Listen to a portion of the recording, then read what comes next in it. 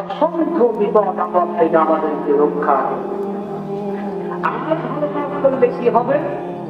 আল্লাহ রাব্বুল আলামিন বিস্তুর করে আমাদেরকে জান্নাত দিবেন। আল্লাহ রাব্বুল আলামিন বলেন, ইন্নাল্লাযীনা আমানু ওয়া আমিলুস সালিহাতি কানাত লাহুম জান্নাতুল ফিরদাউসি নুজুলা খালিদিনা ফিহা।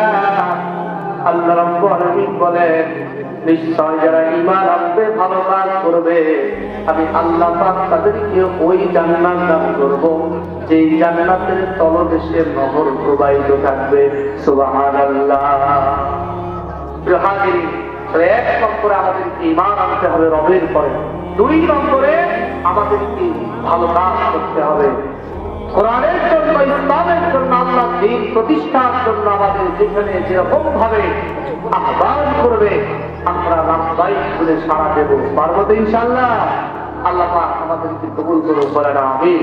আর তিন নম্বরে আল্লাহ রাব্বুল আলামিন বলেন, ওয়াতাওয়াসাউ বিল হক, এবং হকের পথে আপনাকে দাওয়াত দিতে হবে, সত্যের দিকে মানুষকে দাওয়াত দিতে হবে।